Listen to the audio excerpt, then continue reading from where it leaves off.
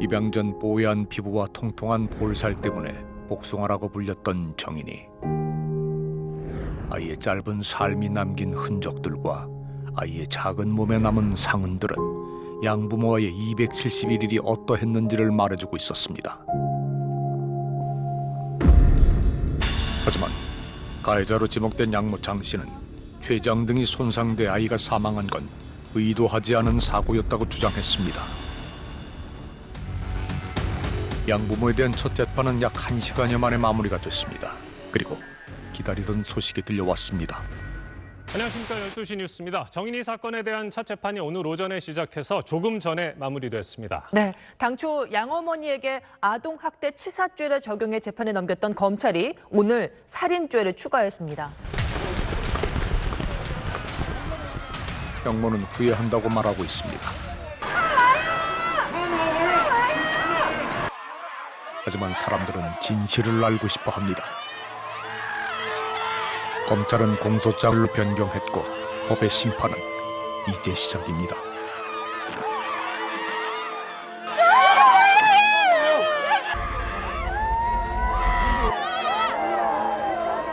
아이의 죽음을 막지 못한 진짜 이유들을 이제부터라도 제대로 찾아야 합니다. 이게 끝이 아니야. 힘들어하지 마.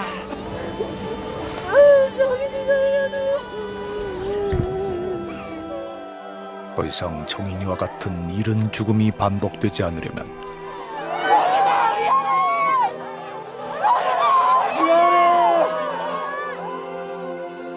더 이상 어른이어서 면목 없는 일들이 거듭되지 않으려면 지금 이 분노가 가야 할 길을 제대로 찾아야 합니다.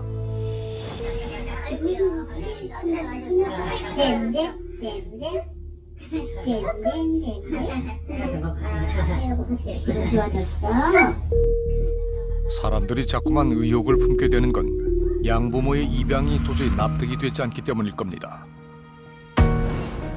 쉽지 않은 결정을 하고 사랑만 주기에도 부족한 아이를 학대해서 끝내 사망케 한 그들의 마음을 평범한 가슴으로는 도무지 이해할 수가 없었을 겁니다. 둘째를 낳지 왜 이제 입양을 하느냐 그랬더니 자매를 만들어주고 싶은데 딸을 원하고 그리고 자기는 임신하는 게 싫다. 아이가 싫다. 첫째를 케어하는 모습을 옆에서 봐왔던 사람들이니까 반대를 했어요. 첫째 키우는 것 자체를 너무 힘들어했는데 그게 어렸을 때부터 자기의 꿈이야. 버킷리스트에서 진짜 뭐 하나 꿈 하나씩 실현하면서 지우는 것처럼. 근데 이건 생명이잖아요. 첫 아이만으로도 육아 스트레스가 상당해 보였다는 양모 장 씨. 주위의 만류에도 입양을 고집한 양모는 입양 한 달 뒤부터 위험한 행동을 시작한 걸로 추정됩니다. 양모 장 씨가 남긴 메시지들. 사실이라면 8개월짜리 아기를 혼자 두고 외출한 겁니다. 한 번 왔다 가면 그래도 3, 4시간, 4, 5시간을 가고 무슨 일이 생겼을 때도 집으로 가는 거리가 저녁에 들어가면 50분도 걸리는 거리예요. 아동복지법에서 상습 아동 유기와 방임죄에 해당됩니다. 아기가 옴으로써 포기해야 될 것들이 되게 많은데 그 어떤 것도 포기하지 않았어요. 아이가 방해가 되니까 자기들의 삶을 유지하기 위해서 아이를 이제 학대하게 되는 거죠. 입양 2달 뒤 있었던 입양기관의 가정방문. 이제 막 이가 나기 시작했던 정리는 엄마란 말을 배운 직후였습니다. 입양 뒤 자신들의 삶을 아이 중심으로 모두 바꿨다던 양부모. 하지만 입양기관의 방문 다음 날 아이에게서는 신체적 학대 흔적이 관찰되기 시작했습니다. 아기가 9개월, 10개월이 되면 움직이기 시작해요. 걷기 시작하고 이러면서 챙겨야 될 것들이 좀 더 많아져요. 그러니까 이제 그 행동을 제어하기 위해서 조금 더 강도 높은 수준의 억압이나 학대나 이런 것들이 필요해졌을 수도 있어요.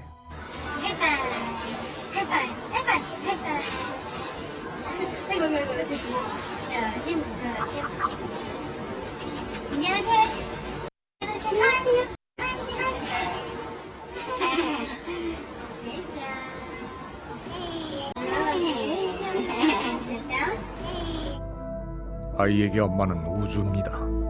엄마가 웃으면 아이는 행복합니다. 그런 양모가 돌연 무섭게 변하던 그 순간은 한 건물 엘리베이터 CCTV 카메라에 고스란히 포착되기도 했습니다. 엘리베이터 문이 열리고 사람이 내리자 유모차가 거칠게 밀려 들어옵니다. 그 충격으로 목이 뒤로 꺾인 아이는 가까스로 유모차 손잡이를 잡고 버팁니다. 정인입니다. 양모는 첫째를 혼내고 있습니다. 불안한 듯 유모차 손잡이를 꼭 붙잡은 채 상황을 지켜보는 정인이. 하지만 또다시 이어진 양모의 거친 행동에 더는 버티지 못한 듯 아이의 두 다리가 하늘을 향합니다. 또다시 거세게 아이가 탄 유모차를 흔들어대는 양모. 양모 장씨는 자신의 왼팔로 아이의 목덜미만을 감아들고 엘리베이터에 탄 뒤 손잡이 난간 위에 정인이를 세워두기도 했습니다. 마치 짐을 들듯 아이의 목을 양손으로 잡아 이동시킨 경우도 있었다고 합니다.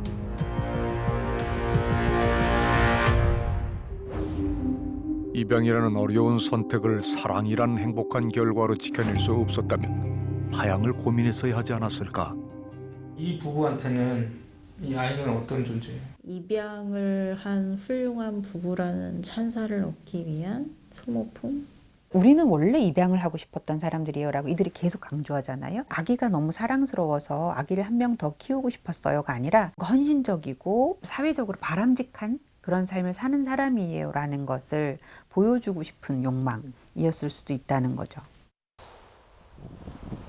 아이의 1차 부검 소견이 알려진 날 우리와 다시 만났던 양부는 원망을 지인들에게 돌렸습니다. 이렇게는 저희 첫째는 어떡하고 주변 사람들은 왜 저한테 그런 얘기를 안 해줬을까요? 그렇게 지금은 잘 증언할 수 있으면서. 양모의 학대 행위를 전혀 몰랐다던 양부. 하지만 이번에 검찰이 양부를 기소한 내용을 보면 아이가 사망하기 한 달 전 오른쪽 팔이 부러져 부은 걸 양부는 알고 있었던 걸로 추측됩니다. 아이는 부러진 오른팔을 치료받지 못했습니다. 2주 가까이 오지 않다가 사망 하루 전 등원했던 정인이. 아이는 기운 없이 눈을 감은 채 선생님 품에 안겼습니다. 이날 오후 5시 50분경 어린이집을 방문했던 양부 안씨. 아이의 상태가 걱정된 어린이집 선생님이 거듭 병원에 데려가길 당부하며 정인이를 배웅했지만 이날 양부는 아이를 병원으로 데려가지 않았습니다. 아이의 보호자로서 아무런 조치를 하지 않은 겁니다. 중간에 어린이집에 오랜 기간 동안 안 보냈잖아요. 병원에 데려가지 않는 거, 어린이집에 보내지 않는 거 다 같은 이유라고 생각합니다. 죄 짓고 있다는 걸 알고 있었어요. 예. 사망 전날 아픈 모습으로 어린이집에 등원했던 정인이 때문에 그 이전에 아이가 장기를 다친 걸로 추정됩니다. 하지만 어린이집 등원 전은 한글날 연휴, 즉 양부가 가족과 함께 지냈을 기간입니다. 더욱이 이 연휴 시작 전인 10월 8일 저녁 정인이를 본 지인이 있습니다. 제가 본 그날은 되게 멀쩡했었어요. 몇 달 만에 멀쩡했었어요. 먹었어요? 생선 먹었죠. 음식을 잘 먹었다는 지인의 기억에 따르면 아이는 적어도 10월 8일 저녁 시간까지는 크게 다치지 않았던 걸로 보입니다. 아이의 신변에 변화가 있었을 걸로 추정되는 시점은 양부와 함께 지낸 연휴 기간인 10월 10일입니다. 정말 몰랐을까?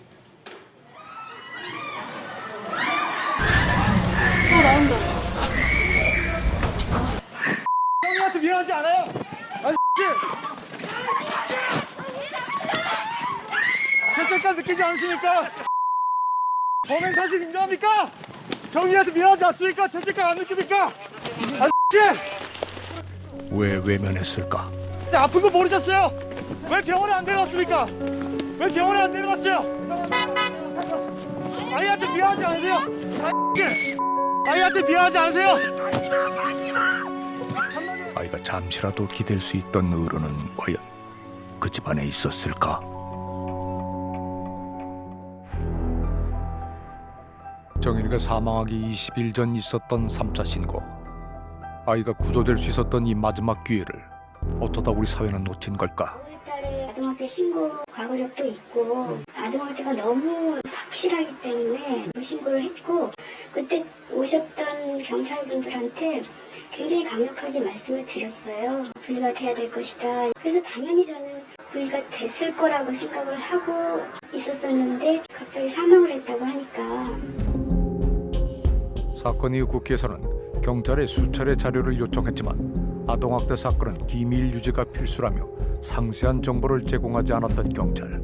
인지되지 않은 것이 아니고 알고 있는데 적절한 조치가 취하지 않아서 이게 사망에 이르게 되니까 그거는 정말 좀 반성해야 되는 것이 아닌가. 살릴 기회가 뻔히 이렇게 뒤에 보니까 눈에 이제 훤히 보였던 사건들이 꽤 있어요. 판단이 한 번을 제대로 못하고 계속 실책이 있는지 왜 이런 거죠? 어떻게 이럴 수 있는 거죠? 지금 다 죄송해요. 돌이켜보면 정확했던 3차 신고자의 판단이 어떤 과정을 통해 무력화됐는지를 제대로 짚어야 같은 실수가 재발되는 걸 막을 수 있을 겁니다. 거기엔 생각지 못한 이유가 있었습니다. 신고 10여 분 뒤 3차 신고자를 찾아왔다는 경찰. 신고하셨을 때요. 112에 신고하셨어요. 112. 방복을 입고 왔나요? 아니면 형사들이었어요? 경찰복을 입은 사람들이었어요. 벨트도 차고 4분인가 5분, 여자분들도 계시고. 차림새로 볼 때 출동한 경찰들은 지구대 대원들로 추정됩니다. 문제의 시작은 어쩌면 바로 이 월정로에서 비롯된 것으로 추정됩니다.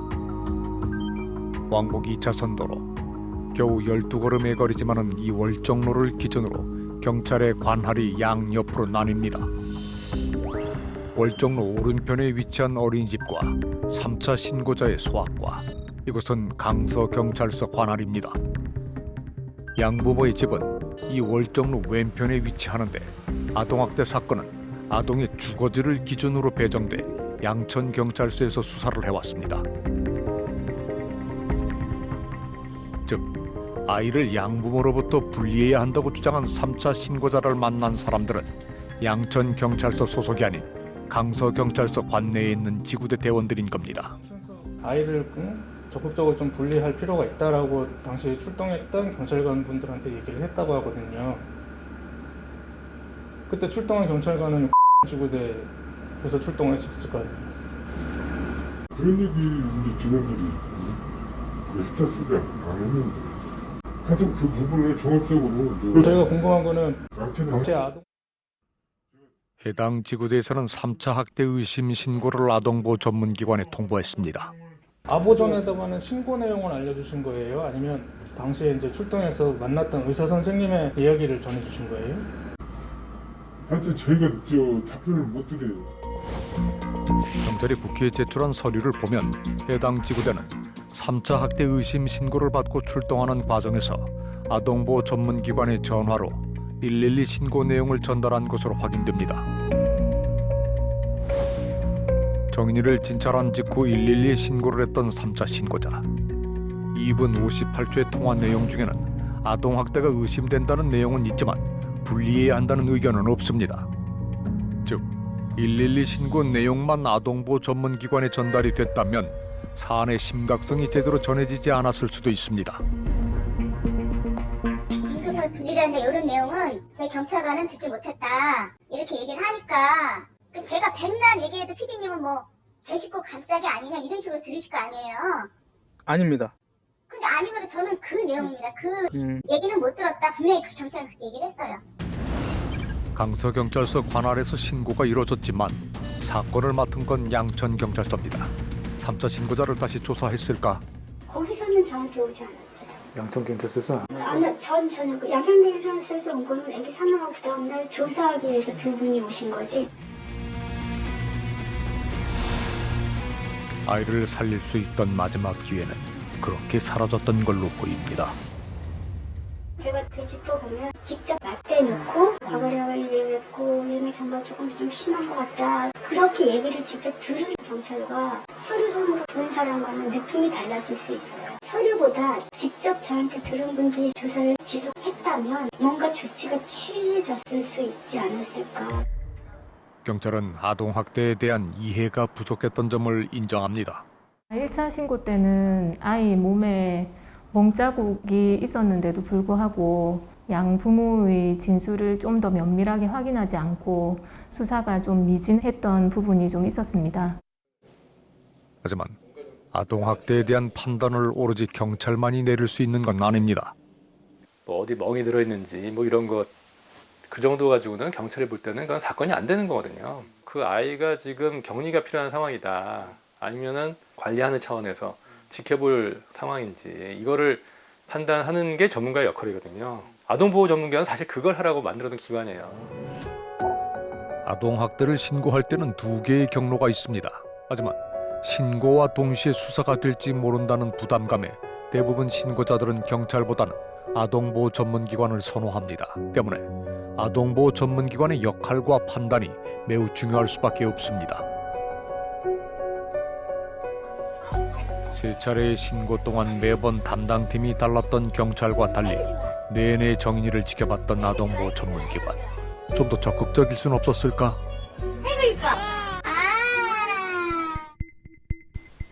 기관 측은 마지막 3차 신고 당시에는 분리 조치를 고심했다고 말합니다. 어쨌든 지속적으로 학대 신고가 되고 의심되는 상황이 있어서 분리 여부를 논의하였는데 양부 양모가 1, 2차 신고 수사 부분의 근거로 분리를 거부하셔서 저희가 적극적으로 분리할 수 있는 상황은 안 됐던 것 같습니다. 앞서 있던 두 차례의 학대 신고를 경찰이 무혐의 처분한 것이 분리 조치에 장애가 됐다고 주장합니다. 아이를 신체에서 보호하면서 부모가 들어가지 못하게 아동보호 전문기관이 할 수 있는 방법들이 지금 법에 다 마련이 돼 있어요. 근데 경찰이 그런 식으로 소극적으로 했기 때문에 우리가 취할 수 있는 방법이 없었다라는 거는 현재 주어져 있는 제도들을 사실은 활용 안 한 거죠. 아동보호 전문기관이라는 것이 이제 위탁기관이고 민간기관이잖아요. 그렇기 때문에 어떤 강제력을 행사하는 데 어려움이 있고 가해자를 상담하는 업무도 대부분 하고 있어요. 그러다 보니까 가해자와의 관계가 너무 이렇게 불편해지는 거를 힘들어하는 거죠. 대부분 민간에서 위탁받아 운영 중인 아동보호 전문기관 때문에 경찰과의 유기적인 협조가 매우 중요한데 정인이 사건에서 가장 두드러진 시스템의 허점은 총 3차례의 신고 때마다 담당한 경찰이 달랐다는 점입니다. 여청수사팀 같은 경우에는 교대 근무를 하고 있습니다. 근데 당일 발생한 사건을 그날 근무하는 팀에 배당을 하다 보니까 매번 다른 팀에 배당이 되었습니다. 아동학대 사례 관리의 연속성과 전문성을 위해 시스템을 바꾸겠다는 게 경찰의 약속입니다. 정인이의 죽음 뒤 비난 여론이 거세지자 정부는 다양한 정책들을 연일 발표하고 있습니다. 2번 이상 신고되는 등 학대가 강하게 의심될 경우 지방자치단체의 장은 아동을 즉시 분리하여 학대 피해 아동 쉼터 등에 보호할 수 있습니다. 예산안이 이미 통과된 뒤 쏟아지는 대책들이 과연 무엇을 바꿀 수 있을까? 정초에 이제 처음 방송되는 그것이 알고 싶다해서 이게 딱 나오고 갑자기 대통령이 막 이렇게 나오고 그 다음에 국무총리가 회의를 주재한다고 해서 긴급회의를 하더니 1월 5일에만 아동학대 관련 개정법이 뭐 6개, 7개 이렇게 나옵니다. 그리고 이 법들이 통과된 날짜가 1월 8일이에요. 이거는 시급하게 입법할 문제가 아니거든요. 쉬운 방식을 택하는 거죠. 법 개정했다 이러면 사람들이 안심하겠죠. 뭐 정확히 이제 뭐 아동학대 처벌특례법 조문을 아는 분들이 얼마나 되겠어요. 법적 근거가 없어서 문제였다. 그래서 우리가 이번에 그걸 만들었어라고 하면 다들 잘했다고 환영하고 안심하고 지나가겠죠. 이 비극은 법이 없어서 막지 못한 게 아닙니다. 지금 필요한 건 정인이법이 아니라 정인이 시스템입니다. 거기에는 국가의 결단이 필수입니다. 지금까지의 아동학대 사건들을 보면 가해 부모라고 알려진 분들 상대방 배우자들은 다른 아이들을 키워야 된다라는 이유로 많이 용서가 됐고 재판기관 입장에서는 그래도 남은 가족들을 돌봐야 될 사람은 필요하니까 그래서 보통 방임죄로 기소가 되면 벌금형이나 집행유예나 이렇게 해서 상대적으로 경미하게 처벌되는 경우가 많은 것 같고요. 아직 우리의 분노가 가야 할 길은 멉니다. 하지만 우리가 그 길을 가는 것을 포기하지 않을 때 어쩌면 또 다른 정인이들을 살릴 수 있을지도 모릅니다. 그때서야 비로소 우리는 죽은 정인에게 해줄 말이 있을 겁니다.